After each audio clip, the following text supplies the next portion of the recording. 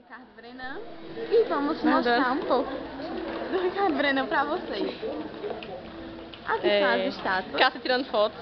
Cássia tirando fotos. Ana Luísa. Sim. Saiu o rosto todo não. Mostrar ali, ó. Olha que lindo. Bem, vamos andando mais um pouquinho e mostrando pra vocês. Vai bombar. Ei, Cássia, deixa de baixaria. Tu não vai botar isso no essa trabalho. estátua é meio pornográfica, mas Tu não vai botar isso no trabalho não, né?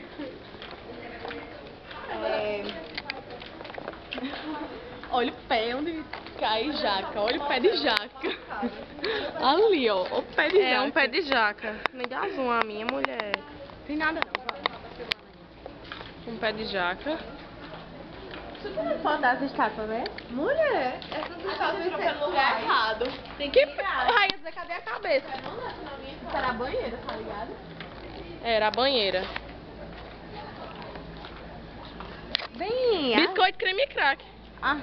aqui, ó. Aqui é a lojinha. É, a Se lojinha. quiser comprar alguma coisa, pode vir aqui. Aqui é a lanchonete. Caso você esteja com fome, pode comer. Mais à frente, Vamos lá, lanchonete. A lanchonete, né, do Ricardo Brenan. E a cara do homem olhando pra Bem, gente. vamos aqui dentro. Entra.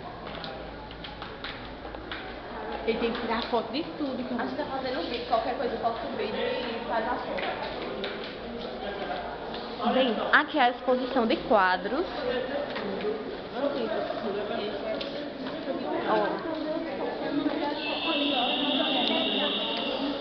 Minha gente, tocou o alarme. É quando você invade uma obra. É sério? Sério? Pode ser presa por isso? Não, mas o alarme não. Você tem que estar. Eu vou parar o vídeo, depois a gente